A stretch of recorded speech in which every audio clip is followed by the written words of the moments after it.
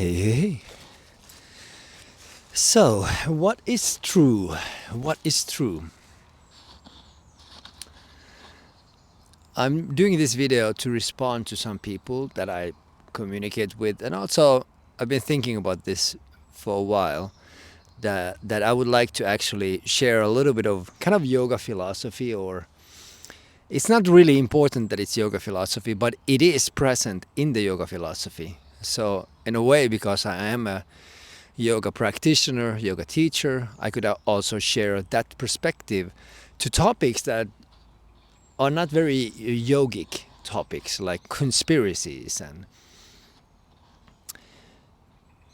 people realizing that the system they live in is not exactly as they thought. Okay? So from my background a little bit, it was probably around 10 years ago, so 40, maybe 2014 or something. I can't remember exactly when it was, because it was a gradual process, but it was around then when I realized that, okay, the world we live in is very, very different. So for me, it was a day in September. I looked into that and I was like, oh boy. And then, of course, from there, many things came, but the realization that, okay, this is very different. Like, first it was like, okay, we are being lied to. People lie to us. And I didn't realize that before, about, you know, the scale of lying that we are talking about. It was probably like 10 years ago or something.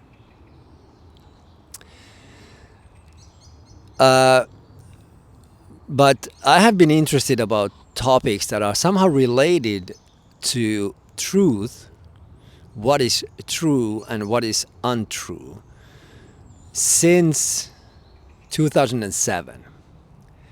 That I know that because I bought a book from India. I was practicing yoga in India, and I bought this book about non-dualism, about Advaita Vedanta, because that I just found it somewhere and it was like really interesting. Like, oh my God, what is this? But so now I want to kind of combine two topics, like in a way the conspiracy ideas with a deeper philosophy.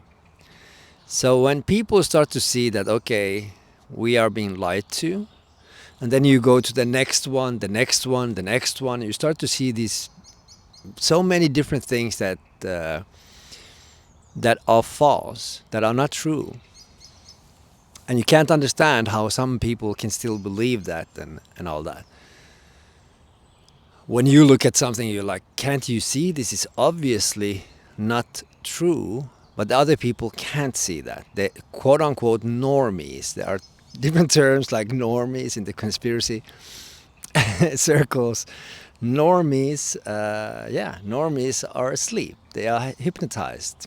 They don't have a lot of awareness. They just repeat what they have been told, and that's okay. For all of us, there will be that time when you wake up. I'm turning 50, so I was a grown man, totally asleep, before I started to open my eyes to the bigger truth or reality. But okay, so I've been following different conspiracies, just being interested of them, and the more I have studied myself and reality around me, I've come to the conclusion, also using my intellect, jnana yoga, which is the yoga of the intellect. Not that I follow a system or anything. It's just I was drawn into using my logic. We can't answer what is true, but we can answer what is untrue. So when you start to look at these conspiracies, you come to the realization at some point that it's not really possible to explain it in a good way anymore. You can't explain how these things are like they are, like how the world functions as it does, because it's absolutely insane.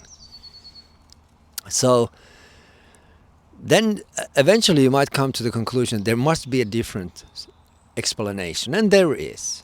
So what I would like to kind of introduce to people who, I'm not really talking to normies. So if a quote unquote normie sees this, and if I go to any topic, it will just be totally insane for them. So it doesn't really, it's not a useful conversation. So I'm not really interested of that. I'm more interested in talking with people who have realized that something is off, something is weird. I don't understand what's going on. So the main thing is to try to figure out what is true and what is not true. So we can't figure out the absolute truth. Like, is there an absolute truth? Of course there is. It's absolute consciousness. Call it God if you want, but it's not the story of God. It's not the religious God. It's an absolute. It includes everything. But from this perspective, this relative perspective, you can never actually understand it because it's outside of this realm. It's not like outside that it's not here. God, consciousness is everywhere. It's all that. But you, with your limited perspective, you can't understand that. So then what we can do, and that's Jnana Yoga, is to cut out what is false. So try to figure out what is false. Falsify everything. Like when you see certain things, okay, this is not true, this is not true, you cut it out. You don't accept it as your part of your reality. These are just like so consider this. If you see something being false, like, okay, this is not true, then why do we still keep that within our reality, influencing our reality? So we see that it's false, but we still somehow try to use the same rules, same old reality to explain things. But you have to at some point take a big step backwards and see a larger perspective. So the process goes like this. Start to cut out what is not true, and don't believe it's true anymore when you realize that it's not true. And with this process, you start to go towards the most fundamental truths there are. And our logic can take us there. It doesn't mean that you are enlightened. It's just using your intellect to attack basically also itself. So you have to also, when you go through this process of understanding that how did something come from nothing, so you go into very fundamental truths, then you realize that, okay, if this is not true, what is this then? Who am I then? You know, this character is also not true. So you can't just believe yourself to be true and everything else to be false. That is I guess the difficulty here is that if you actually want to know what is true, you have to see through your own falseness. So this is the process. You cut out everything that is false and you don't hang on to it anymore. Just let it go. If you see that, okay, these conspiracies, we have been lied to, okay, let it be. Now, how is it possible? That is a good question. And that should lead you to a deeper exploration of what reality is. So I don't know. This might be really random because I don't have any script. I'm just going back and forth everywhere. But basically, what you see when you go through this process of and looking what is false and letting go of it, you come to deeper and deeper exploration of what is true.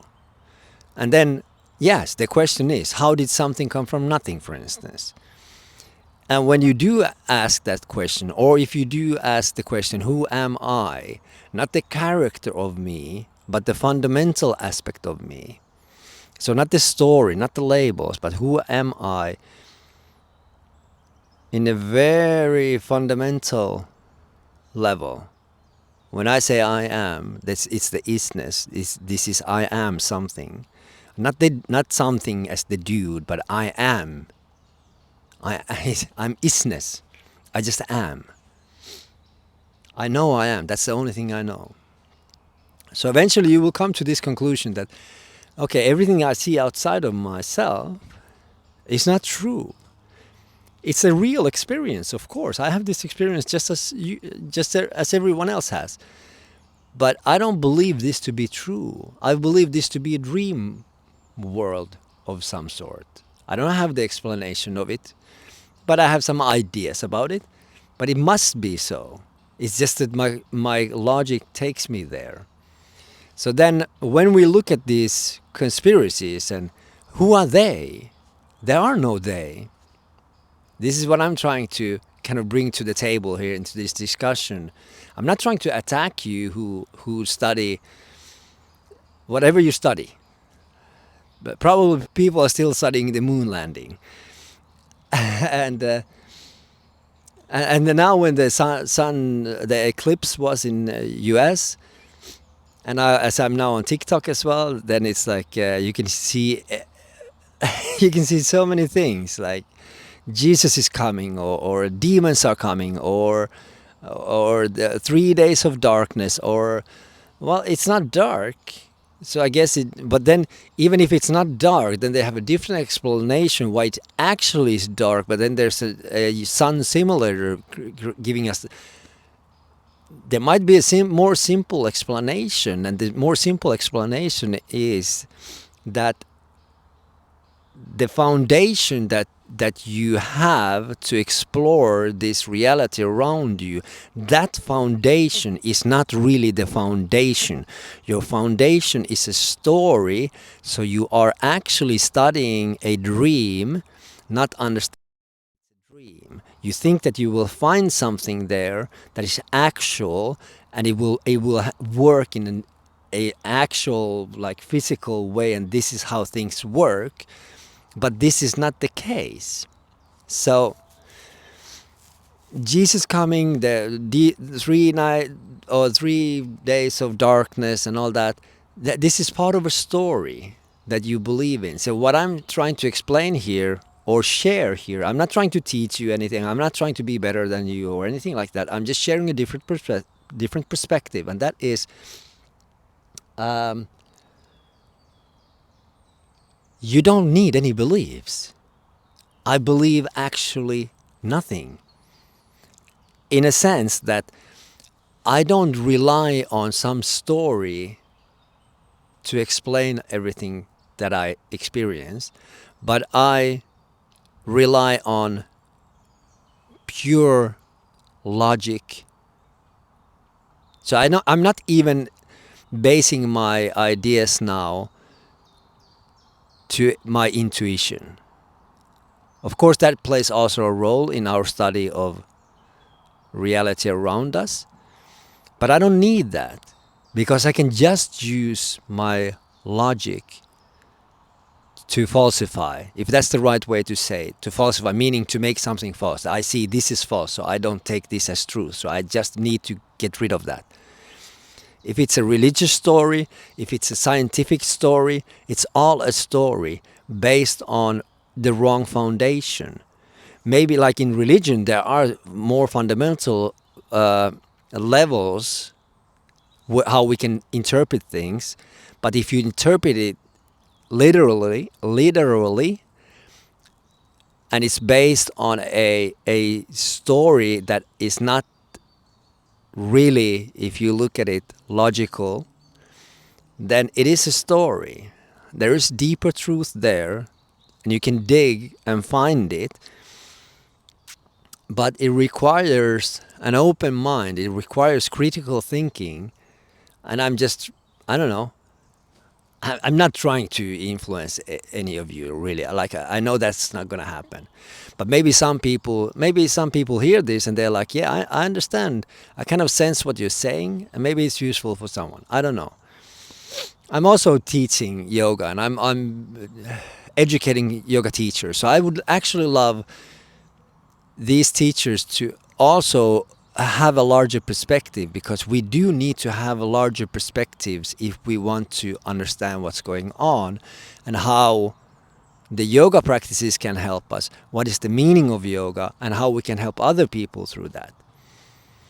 Because obviously our world is in a chaos. It's a chaotic, it's insane. It doesn't make any sense. And the way that we are living our lives is such that we are going to have more and more problems in the future in how people experience their realities. So there might be some help with philosophy if you start to look at things from a more distant perspective, like a larger field of view. You see things from further away, but you need to be able to let go of some quote unquote truths that are not really true. So I don't know if this makes any sense because I was going back and forth everywhere. But yeah, I guess I will end it here and just say that maybe we should, I don't know, maybe we should just go into more fundamental truths to figure out what is actually true and what is not. Then we can answer certain questions, because looking at things happening in the world and trying to explain it with the understanding that we have about this reality, the common understanding, it doesn't make any sense. It doesn't make any sense. And science doesn't have the answers because they are not answering that most important question: how did we come here? So if you are not science, if you are not saying that nothing exploded into being, then what are you saying? You say that just after the explosion, we explain everything from there. So you don't actually know then that we are here, because you don't know how we came here. I'm not talking about the expansion of the universe. You've never been there. You don't know anything about it. You experience something, but this doesn't mean that it's real. Or let's use better terms. It can be a real experience, but it doesn't mean it's true. Just like a dream can have a real experience, but it's not true. When you wake up, it's like, it was a dream. It wasn't real, in a sense. It wasn't true, right? There is truth. Of course, consciousness, absolute consciousness. The truth is one. But it's not a God with labels. It's not a loving God or a fearful God, or it's just everything. And that everything divides into many. And here we are. And this, it kind of seems like this world, okay, I guess I'm continuing. It kind of seems like this world, like Maya, how they explain it in yogic philosophies or Hindu philosophies. Maya, illusion, it kind of wants us to be involved. This is like the world pulls us into this experience, and then we get lost into it. We want to figure it out, and we want to become successful or happy or whatever, and we are looking for this outside world to somehow satisfy our desires, to make us happy. But the point is, it's not supposed to do that. It's supposed to be an experience. And you're not supposed to take this too seriously. You don't have to become happy. You don't have to become successful. You're supposed to experience this. And when we grow up, when we have that larger perspective, that more mature perspective, then we will just experience it. It's not going to be a problem. When you hit your toe, it's going to be painful, but then the next moment you are not going to have that pain, and you can enjoy that. Now you can enjoy the sun. Soon it's going to be snowing again. That is how it is, night and day. This is the world of two. This is the world of experience. But there's nowhere to go here. There's no outcome. There's no winning. There's no losing. It's just an experience. And if we could do that, experience it freely, this could be a really cool place. So I don't think there is anywhere we go. We probably come back. So when we're done, we most likely just come back.